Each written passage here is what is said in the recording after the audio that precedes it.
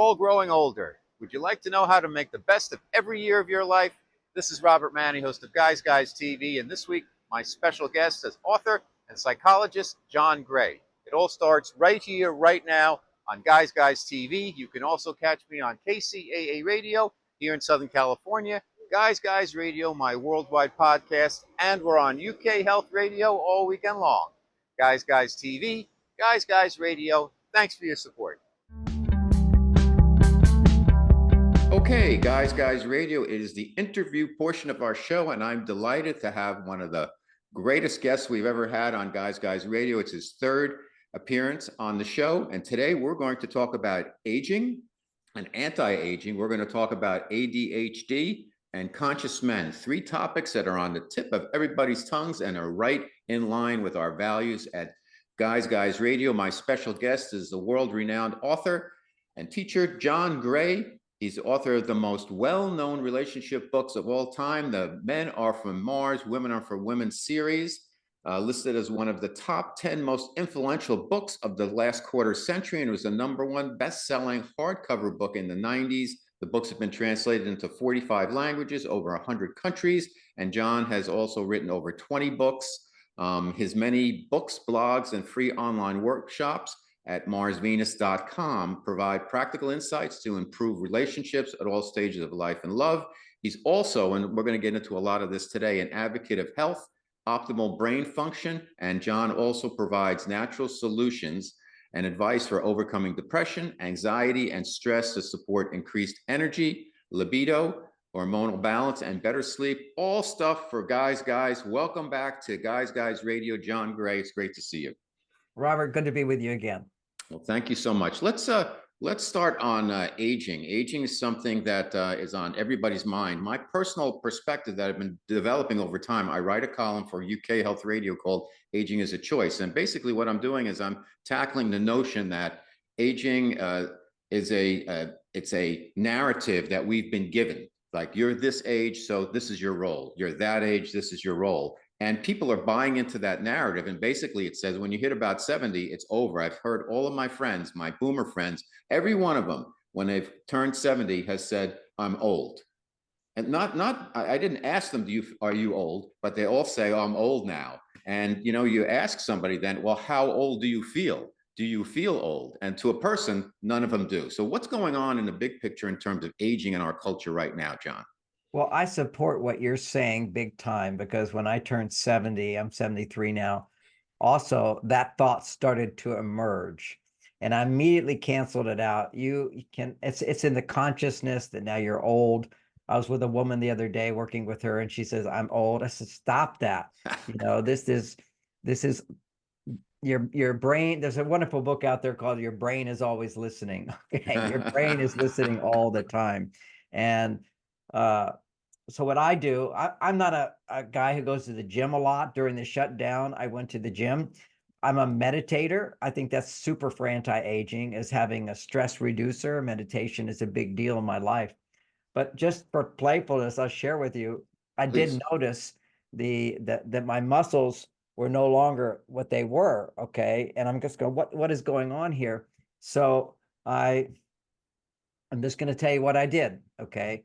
I got some Shilajit. Are you familiar with Shilajit? Yes, I take it all the time. Okay, so I mix it in water. It's awesome. It's awesome. I think every man should be taking Shilajit. You know, it's just like, tell everybody what it is, John. Okay, so if you go to the Himalayas, it's snowing all the time, but when spring comes, they go into the mountains and they climb the mountains, and there's this tar that's rich in fulvic acid and all the minerals that comes out of the Himalayas. So it's the purest place on the planet, and you pull this tar out, and they process it in the capsules and pills, but I found the tar itself you can buy, and it's just a tiny little size of a piece of rice. You put it under your tongue, and so I did that. I'm just going to share what just happened, because I've been noticing, all right, and do I have to go back to the gym and all that? It's just not my thing. I know lots of people they're built for that. We have different body types, okay? There's the meso body type, which needs to go to the gym more. There's the ectomorph body type. Really doesn't have that much muscle mass when you're born. They tend to be either tall or short, but less fat, less muscle. And then there's endomorph body types, which are more round. And if you're an endomorph, you can be what looks like overweight and be very healthy, not obese. But I remember Dr. Weil, he's Mhm. a really health guy, and he's telling me he's like a little Santa Claus, okay? He's telling me, hey, it doesn't have any effect on longevity. And I would just correct that by saying, if you're a endomorph and you're more round than others, it's probably very healthy. So there's a dynamic here. Belly fat, by the way, it is a producer of estrogen. So when you have more belly fat than you had when you were younger, you're aging quickly. Your testosterone's going down. So I took my Shilajit just for fun. It gives you an extra sense of boost. In my meditation, I've already learned this. If you actually, there's research showing that, you do the machines, your Mhm. muscles will get better. So during shutdown, I was doing the machines, and I can completely remember what it felt like to push every one of the machines I did. So the research showed that you can almost build the same amount of muscle mass by taking the same time and imagining that you're doing it.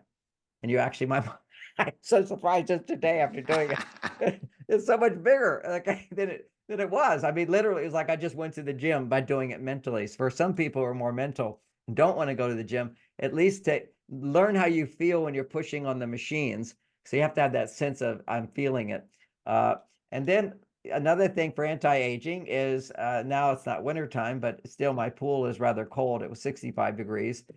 Swimming, doing laps in 65 degrees definitely increases vitality. If you're more extreme, I know some people are, they go for The the cold cold plunge. plunge and the Mhm. whole thing. When I was younger, I used to do that. And back when nobody was doing it, I was a celibate monk for 9 years, and every day I was in Switzerland, and I would go first one into the cold bath, so you get during the winter some really good cold water, and I would go in there. I think that's part of my own. It was a good, healthy time in my life. But you can go to some of the, even right here where I live, there's a group of people who are in their 90s and they go into the bay. If you can handle that, cold water treatment is really good for uh, anti-aging. I also do sauna. I have these little box saunas that your head's out of, so you can heat it up a lot more with infrared. Within 10 minutes, the sauna I have, I'm already sweating. To break into a sweat that quickly, infrared, if you have a good one, can do it. It's So it's go ahead, John. that's detox. I mean, we really are always being exposed to toxicity, no matter how pure you are. The plants we eat, they're all being exposed to the chemtrails above. They're spraying the Sure. clouds. Now, finally, the government has said, yes, we're doing it. Right. They've been Yeah. doing it since 1995. They just stripes across, and that pollutes the soil. Okay, so the soil has been polluted by what they've been putting into the air. And then you have the non-organic food, which works against your gut flora. It wipes it out, so our digestion goes down. We see a lot of people who they're in their 90s right now, and there've always been people in their 90s. That's an illusion that didn't people were dying young. It's in the cities. In the cities, people would die young because there was filth. There wasn't cleanliness. Okay, the hygiene wasn't there. So when you have toxic cities, but people lived and we call them the blue zones now, but the whole world was blue zones basically before, unless you just happened to live somewhere where the water was toxic for some reason. So, but generally speaking, organic food is really important. I travel, so when I'm traveling, I'm going to eat some of the food that's all not organic. So what I have to do, and I think you just sharing with me before that you do cleanses. I do cleanses. For me, it's a very simple cleanse. I just do water. I just don't eat. I just finished a 5-day one. Uh, Fantastic detox. I noticed that I used to do them quite regularly. I went off for a couple of years, and starting back, it was much more difficult. Sure. But what I know is if you do them regularly, has been my experience, is quite easy. So again, fasting is a powerful thing for anti-aging. For men, fasting is a producer of testosterone. Anytime you discipline yourself to do something you don't want to do, it's good for you. Sometimes we don't want to go to work, but we got to make the money, and that's a noble cause that produces testosterone. When men stop going to work and just do what they like to do, they die within 3 years. They get sick and they die. Usually it's a heart attack. This is the insurance companies talking here. They say if a man stops working, he's got about three years left.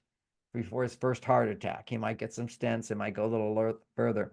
But the key is to feel like every day I have to do something. And if I don't do it, there'll be negative consequences. Because ultimately, for masculine energy, which we are men, as soon as we stop having the testosterone that really defines our bodies as masculine, I mean, this is real biology here.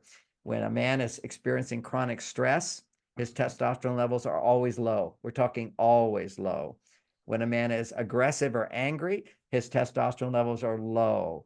His estrogen levels, the female hormone, starts to go high. So when you're sitting around watching TV, and you can, of course, life is balanced. But when you are, or you're drinking beer and you're just having fun, your estrogen levels are going up.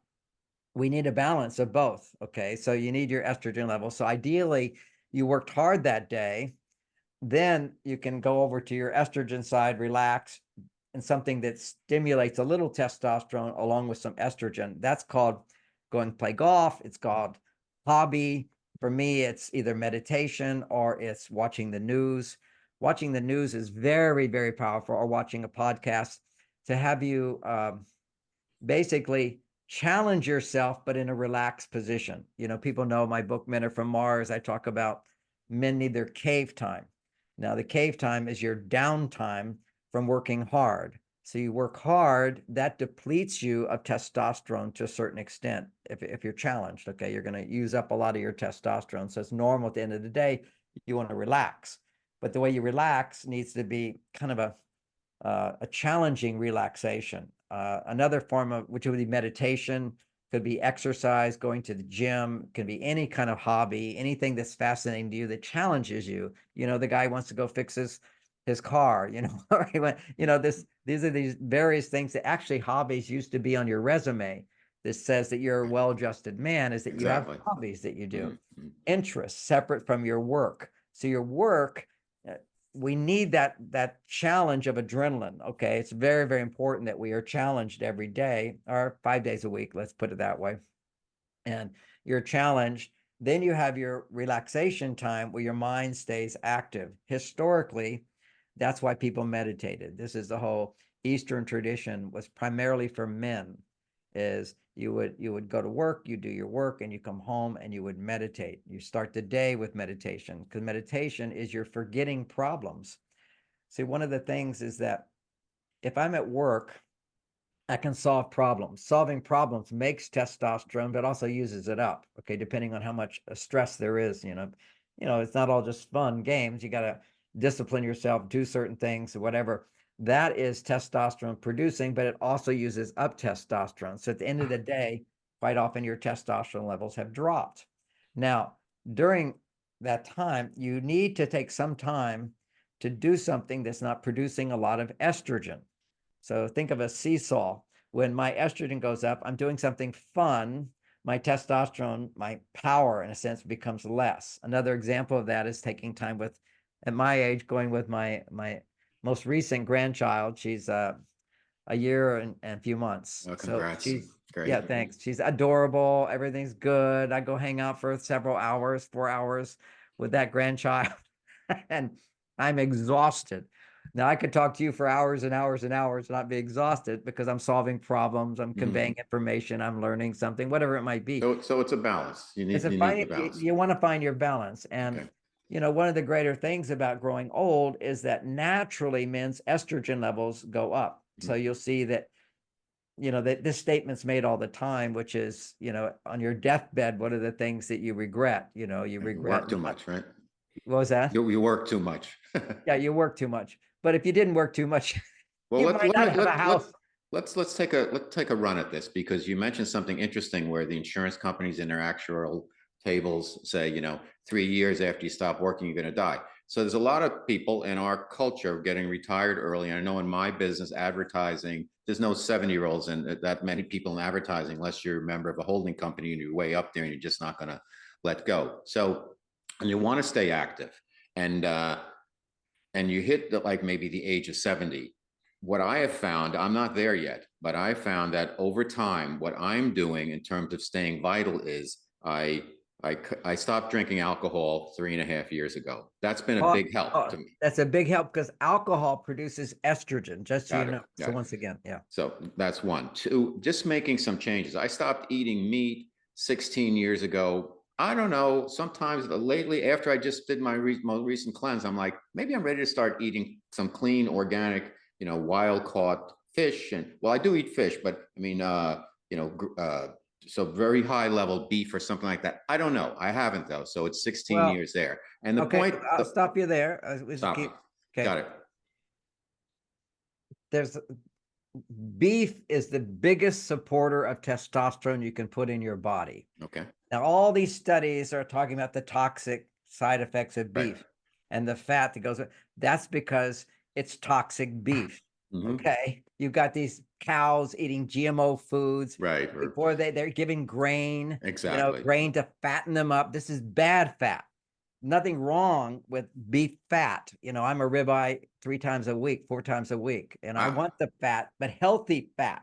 So you've Mm-hmm. got all, go to McDonald's, go to these places, go to any restaurant. If it's not an organic, grass-fed, grass-finished, see, Mm-hmm. it's the corn that produces toxic fat. Exactly. They want to Right. patent them up with corn at the last thing, and Right. they make it sound like it's a delicacy. Oh, when it's finished with corn, and everybody goes, "Oh, natural." No, that's bad fat for you. Mm-hmm. Anyway, so it's the animal fat is so many alternative doctors. Animal fat is good if it's the good animal Got fat. it. Okay, so Well, I'm what a big up? fan of for men, Mm-hmm. and that gives you muscle mass, that gives you power, and that will give you the ability to stand up against any oppression. Mm-hmm. How Okay, about bone because broth? Do you drink?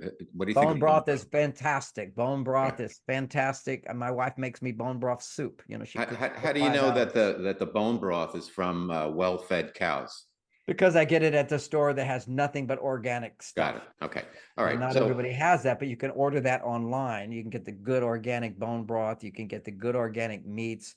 And then so for power as a man, nothing's going to help you more than fasting and then also having your meat and mhm. using your muscles. Okay. Okay. So this is like really, really, your muscles are brain. Mhm. But what makes you smart is fish.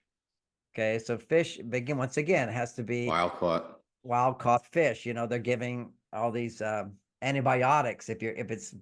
If they're manufacturing Right. the fish in there, they have to Right. put antibiotics in it. And So it has to things be like antibiotic. mackerel, you want the high omega fish, mackerel, salmon, things like that, right? And the bigger the fish, like swordfish, terrible. It has Hmm. bigger the fish means they lived longer. They've accumulated more toxicity from Right. the ocean. That's a They got great more point. heavy metals.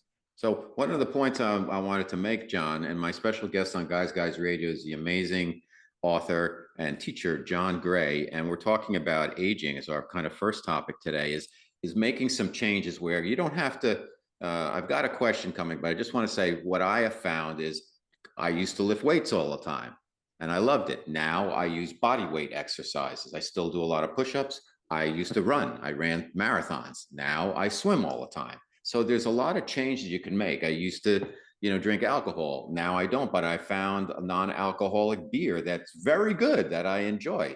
And it's really about the ritual. It's not about the actual And I'm having alcohol my itself. kombucha, which There you tastes like a go. beer. It's very, very Exactly. healthy, good for the gut. So Let me back up for just a moment please. because I said I don't go to the gym. I Mhm, do my body weight. I do a whole set of active yoga exercises every morning where I mhm, have to hold. I mean, it builds muscle, but actually taking Shilajit and imagining lifting mhm. really, really heavy weights actually So put on more muscle mass. And that's research has shown you get about 80% of the benefit of just imagining that you're lifting those weights as opposed to lifting them. That was proven. so here Athletes do this a lot. They imagine themselves doing stuff and whatever.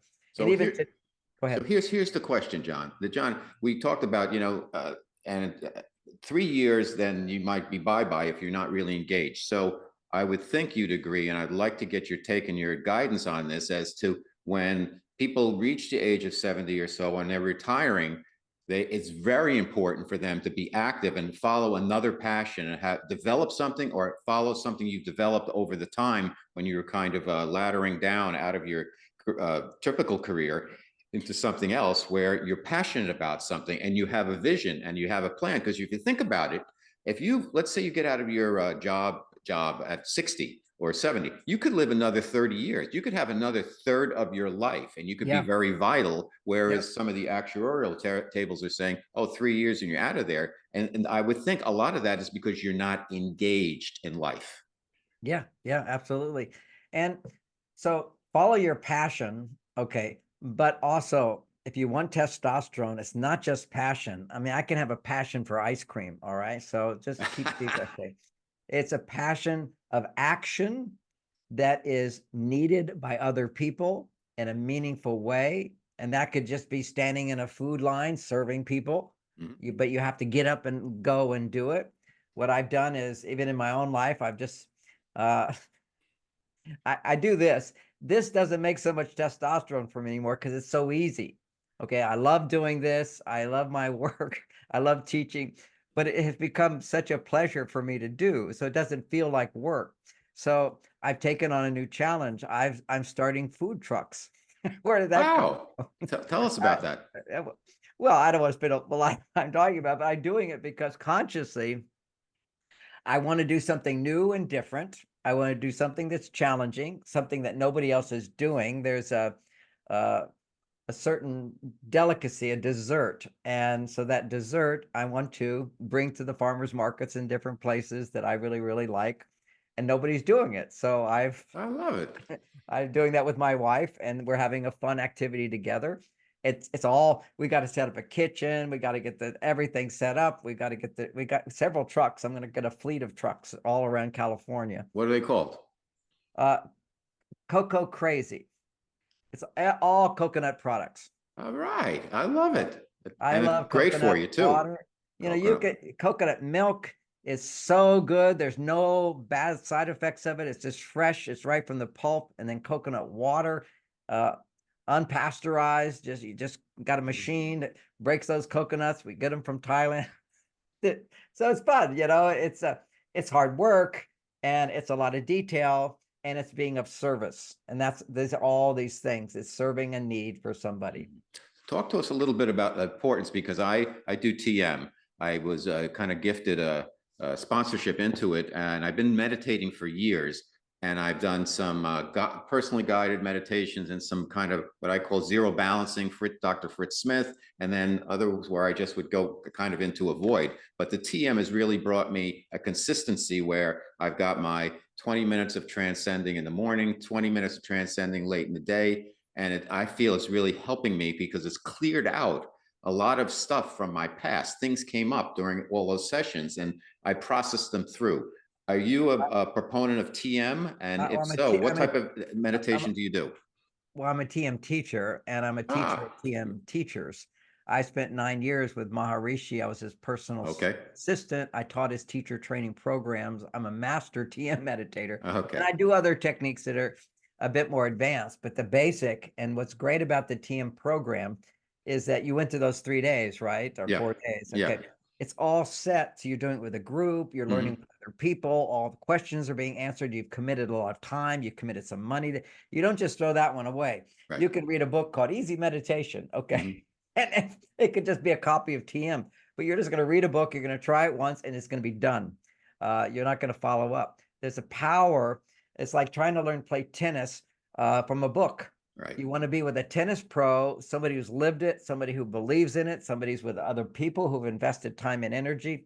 There's a power to that. And then you get into that ritual of every day, 20 minutes, twice a day.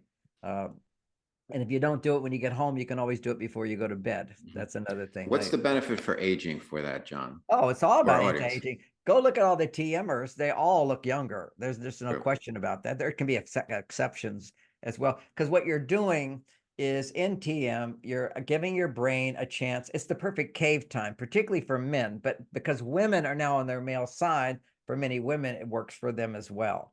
But you're taking time to discipline your brain to do something that's challenging, to repeat a mantra over and over. Your mind will wander. You just bring it back, and your mind will wander, and you bring it back. Right. It's so good for ADD. It's retraining the brain to stay focused without high stimulation. Part of what ADD is yeah, I have the high stimulation of my phone or porn, for example, or any sort of driving fast, any sort of addictive type behavior will give you hyper focus. So people go, oh, I don't have ADD. I've got great focus. No, that's what ADD is you can only put your attention on something that's dopamine stimulating, like a drug in a sense. That's what, all those, that's what the ADD drugs are. And so from my point of view, I think it's totally overprescribed. I wrote a whole book on that one. And one of the basics of it is to know that your children are being stimulated all the time. So just looking, like say a child looks at, now they've got your little kids in front of iPads, you're training that brain to be ADD. You're giving them super stimulation. When you overstimulate the brain with dopamine, what produces dopamine is either danger or newness or bright colors, loud music, challenge. All those things stimulate dopamine. And when you're passively being stimulated, it's way more. So if I'm driving my car, at least I'm generating it. See, so I'm making testosterone along with it. But when you just passively let your brain be stimulated, and that's what watching TV is. Okay, this is that's too much TV will stimulate ADD. Too much, phone time will stimulate ADD. Too much. One of the big ones. This is really, really a sad truth. Is the porn industry. It produces massive doses, almost like taking cocaine for a brief period of time. And your brain gets that hit of dopamine. And now what that means, biologically, think of these, the way dopamine works, it stimulates you and motivates you, stimulates an action, makes you feel alive, makes you feel good. And for men, what it does, it raises your testosterone. So, when you, when a man's doing porn, he has low testosterone, low motivation, low energy, self-esteem crashing, not feeling good. Go do some porn, and for 8 minutes, you'll feel really, really good. And then your brain, you'll crash back down and feel even worse. That's what happens. It's Let's addictive. talk. Yeah, absolutely. Let's talk about the young guys today. I have a son, he's 11. Fortunately, he doesn't play video games. He's shown zero interest. He reads like crazy. He reads at an 11th grade level, and he reads the classics. And my wife still reads to him at night, and he loves it. So we figured, Best okay, thing. It's the best it's thing. great. It's And a reading. he swims, he plays baseball, but once he gets on that screen to watch his show or whatever, and he doesn't like the noisy stuff, and he doesn't like violence. He doesn't like loud music. Really, he likes the old classic rock, You like raised the him well. old stuff.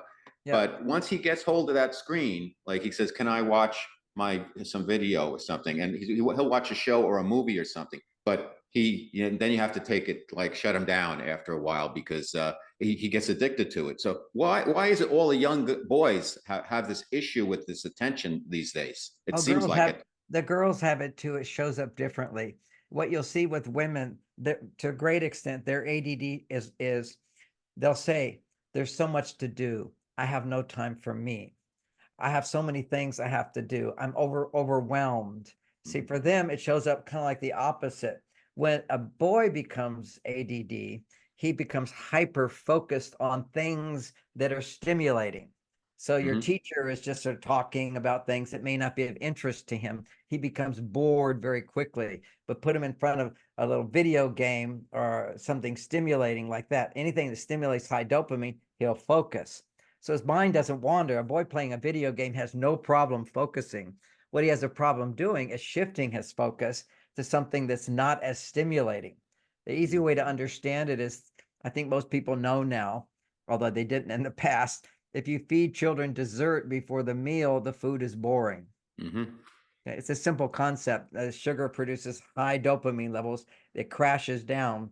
So another way to understand the brain works is, think about, most people know that the pupils in the eye, if you go out into the bright sun, that's high stimulation, look at the sun, they'll immediately shrink. And then if you were to go into my office here, which just has regular light, it will be dark.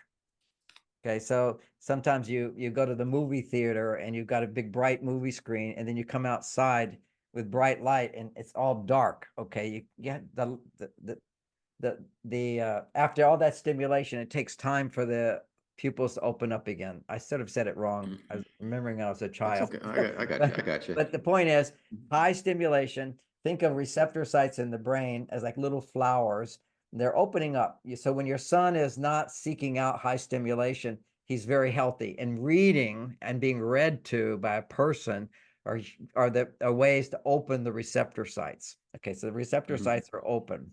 Now, when they're open, and you get a think about like when you're doing TM, if you were to be relaxing, you hear a loud noise, you would shake Right. like that. And then Mhm. you relax back. That's what's unique about TM and the research. It shows that, loud noises can shock you, but then you can relax right away. That's the key. Yes, your receptor sites were wide open. So, Alfred Hitchcock movies, for example, they're very peaceful and Right. whatever. And then when you're least expecting it, Yeah. some bad thing happens. You're completely shocked because it was unexpected.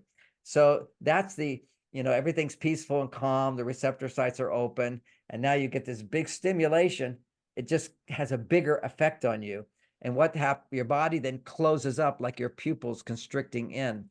And it stays that way, which means less dopamine can affect you. So you get the sugar, now everything closes down. And vegetables that don't have that high dopamine stimulation are boring, and they don't even taste good. But if you were hungry, and you didn't have dessert, you eat vegetables and they taste so good. Like anything tastes good if you're hungry. Question So, for you, John. Question. What do we do with we have so many young guys. Let's talk about guys for a minute who are going, and I see them because I coached baseball and I could see, the attention level sometimes. They're the guys who sometimes they're all over the place. And the point is, there's lots and lots of kids nowadays who seem to have focus issues. What's going to happen as they matriculate into adulthood in our culture? How do we find? I mean, they make their way. This has happened for years. They become part of society. They are, I mean, contributor, productive people. well, What's what the we're what's the seeing, path? What we're, how do we help them? well, first, the problem is what we're seeing is inhibited dopamine function. What's my book over there called? Something on brain function. I'm gonna just give people a reference. It's staying focused in a hyper world. Mm, I wrote it 20 years ago. So it gives you really a lot of the physiology and a lot of practical solutions. We'll cover some of those today. But what's happening is they've lost their ambition, they've lost their motivation, they've lost their desire to get married. You have to have high testosterone to feel I'm going to commit to somebody for life. So commitment issues is a big issue with the males today. Twice as many people are not getting married now as just 20 years ago. So marriage is amazing. crashing down. The inability to feel masculine is when you're ADD, you lose the ability to sustain focus on normal situations. You have to have high stimulation, and then you're bored. So boredom, lack of motivation, irritability, passivity, and fear and anxiety and depression are all outcomes of this overstimulation of the brain. And we live in this culture that doesn't. Now, the good news is for parents to know, it's kind of like what you were saying, is when it comes to the brain, these little receptor sites, they close down. But if you wait, they will open up again. The thing is when they're down, you feel bored. And so now you seek out that stimulation rather than having to stay bored a little bit and interact in normal situations, like reading a book. Reading a book is one of the healthiest things. You've read your child is very lucky. One form of ADD for boys is literally they start to read a book and they can't comprehend. So it's like nothing's happening. And the next one is for another form of ADD they've actually measured is that blood flow stops to the prefrontal cortex and you fall asleep. So I had ADD. I don't have ADD now. And the clear thing for me is that reading anything was boring to me unless I was researching what helps me make money. Okay. So my career is relationships, brain function, all these things. So I can read all that because it's high dopamine stimulating. But to read a novel is just deadly boring. It used to be deadly boring to me and put me right to sleep. So it's a good sleeping pill if you have ADDs, but it's not. It's a sign your brain is not as healthy as it could be. What I found to be the case, which helps the brain, research has shown that there's a mineral that if you put it in a petri dish with brain cells, it actually causes brain cells to duplicate and expand and replicate. Okay, so and that's a particular mineral. And they learned, German doctor learned to bond that mineral with a substance in mother's milk called uric acid. Now, uric acid in recent research now is showing that it will go into your genome and help the genome repair itself. So if you were to make a change for 3 months, let's say you're a guy, which is so much happening now, and your testosterone is weak, your estrogen is strong. Whenever you're passive, that's estrogen. Whatever you quote, do what you like, that's your female side. And this started in the 60s when I was, at least in my life, in the 60s, I'm a teenager. There was a song, I remember it so much. It was, and this was put into our culture, it's there, which is anti-masculinity, which is do what you like, do what you like, do what you like. It was just like taking drugs, feeling high, doing anything that makes you feel really good is estrogen. It has to be balanced by the things you have to do to be a responsible person. And you feed yourself based on look what I can do, and you know what you can do because other people say that's so helpful to me. So they pay you or they appreciate you. That's the cycle for men. So we work and then we recover from work and then we go to our intimacy. If you have intimacy too much, that means connection and love and affection and warmth. It can be fun and joy. If you too much of that, you don't recover your testosterone levels. So what happened during the shutdown is men were not out working. And so the brain always remembers, well, if I relax, I'll feel so good. But you can only benefit from relaxation if you also worked hard. If we're talking testosterone, so some men just that they due to ADD, which is they don't have enough stimulation. It happens a lot with firemen and policemen. Most all of them, from my point of view, have ADD. They need to they have the big emergency. Okay, the bells go off, they come alive, and then they have that high dopamine stimulation, danger, fires, all these things. So you see that drug addiction is very high for police people and firemen. Very, very The high. stress, a lot of stress in the jobs too, but It's the high dopamine. It's the mm, high dopamine that's addictive. got it. And of course, you could say the stress is addictive, but it's the high dopamine part of this that's causing the stress. Mhm.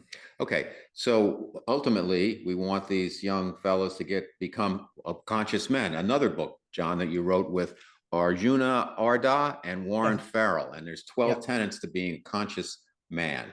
Yeah. Let me read a couple of them, and maybe you can talk about it. Number Okay, one, that's fun. he knows his mission and his purpose.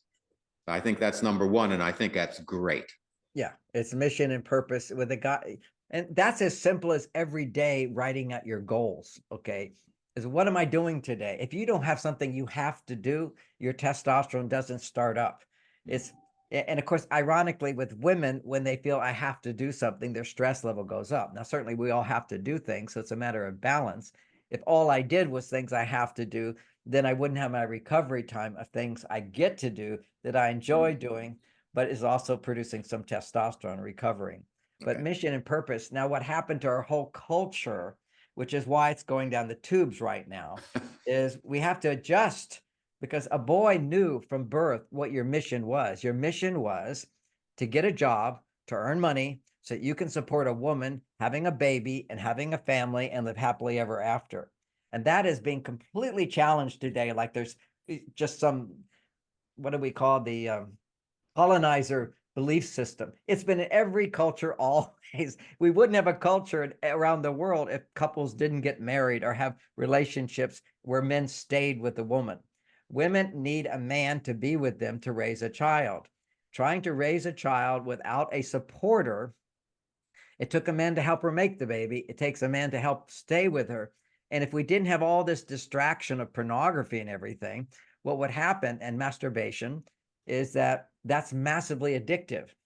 And when I think about your 11-year-old boy, I go back to when I was 11 years old, knew nothing about any of this stuff, climbing the rope.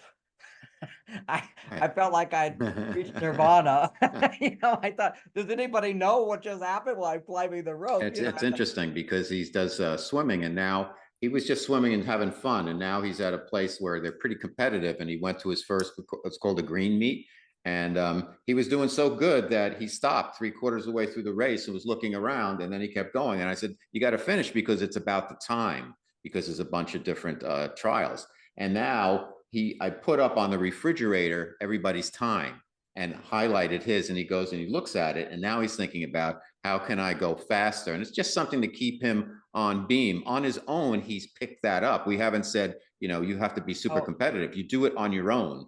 And you compete with yourself. You yeah, all, that's exactly. again, I can do better. I can do Mhm, better. I can mhm. do better. And that's a good thing for everybody. So let me ask you number But two. when you say, but let me be not so restrict, everybody wants to get so idealistic. No, you Mhm, want to compete with other people. mhm. Okay. It's not just I'm competing with myself. Right, How do that's I, true. you've got to compare with other people It's to know nice to where win. you're at. It's Yeah. It's nice to just, win. my wife actually just said to me today, I just, she was having to deal with some difficult people from her life and whatever and so forth.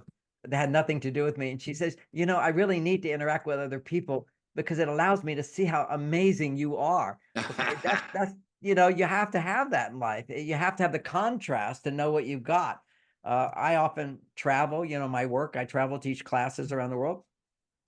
But when I come back, my house is more beautiful. The nature is more beautiful. I live in a really nice foresty area and so forth.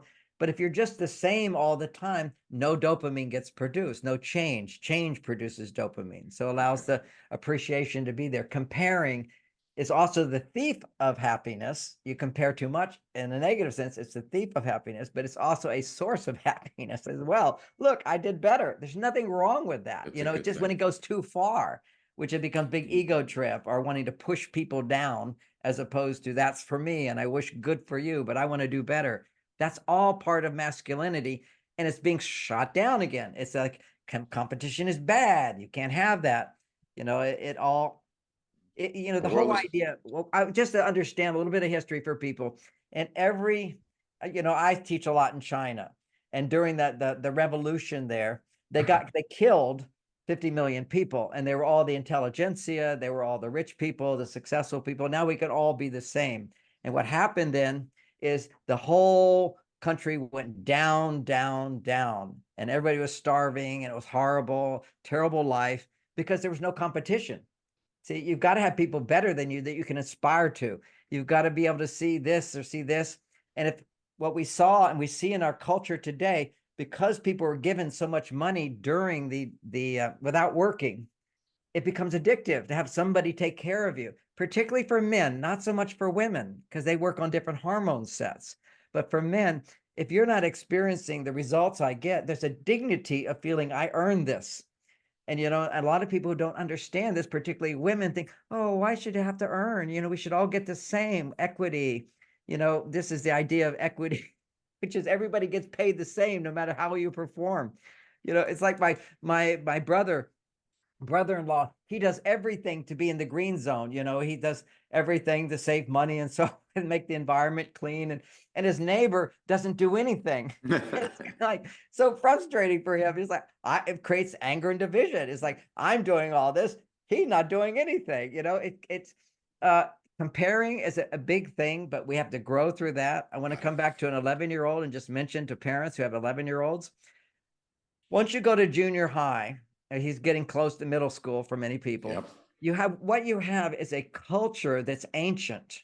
People don't realize this, but it's a culture that gets past the seventh grader is being taught by the eighth grader, not by their parents anymore, not by the teacher. There's a whole underground culture That's of true. That's boys, true.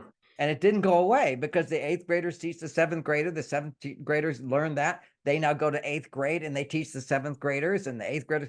This is like the most dysfunctional culture in the world. What we need is a lot of good mentors and for those age groups because it can be so dysfunctional. And one of the dysfunctions is the discovery of masturbation. Okay, this is, I didn't know anything about this. Hadn't been taught by my father or anything about it. Got some guy telling me, oh yeah, you see, getting got a good this. What came out? Oh, it feels really, really good. And you can get addicted to masturbation. See, it's not a good thing to do. And now they want to teach it in third grade. What is it? The United Nations has this new sex education thing they're putting out all around the world, which is teaching children to masturbate in third grade as a form of loving yourself. It's not loving yourself. Every culture throughout history has always discouraged masturbation. And if you look at what happens when you masturbate, we now have the biological truth. Now, this is not just my Christian background or anything like that. This is if you look at when a man has sex with his wife, someone you love, and it has to be a partner you're committed to, your body produces a different hormone than if you do it with a stranger or you do it with yourself, you do it with porn. Your body makes different hormones. So when you're grown up, you have some relationship, you're in love with someone, a woman's in love with you. When you have sex in a married relationship, in the research they found, men produce a hormone called prolactin. Prolactin inhibits all addictions. Prolactin particularly inhibits the addiction to sex, to ejaculation, to masturbation. Otherwise, it's like taking cocaine. Okay. We're going to have to hold it right there. I mean, the name of the book, Conscious Men, there's 11 other points, but the number one is to have a mission and a purpose. And fantastic conversation, John. Tell us, just take a moment real quick. What's going on with you? Where can people find out more about you? Because we're out of time, Oh unfortunately. my God, we're out of time so fast. They can find me at marsvenus.com. And this is Guy the Guy. I want to train for all the guys and for fathers to teach their sons. And if there's no father around, a mother can teach your son. When this erection starts happening and it starts feeling good, a mother or father can teach the child. This is Asian knowledge, which is never to go up and down. That will produce ejaculation and that will produce addiction. To just stroke it up, like sharpening the sword is what it's called. If you just stroke up for 5 or 10 minutes, it will go away. Your erection goes down. It's so simple, and it frees you from this addictive ADD tendency. Okay. I'm going to give it a try myself after the show. So great to see you. You got to come back, John. We'll talk about Conscious Men. We can get to the whole book. Well, we can get to a lot of the ideas of conscious men. So I'd there's some love it. really good I'd love points it. in there as well. Okay, I'll reach out and let's do that. And thank you for being back on Guys Radio. And yes, the time went really fast because it was a terrific conversation as always. And thank you so much, John Gray. Thank you. If you enjoy the guests and content I bring you each and every week to Guys TV and Guys Radio, please support us by subscribing to our channels and platforms. Thank you.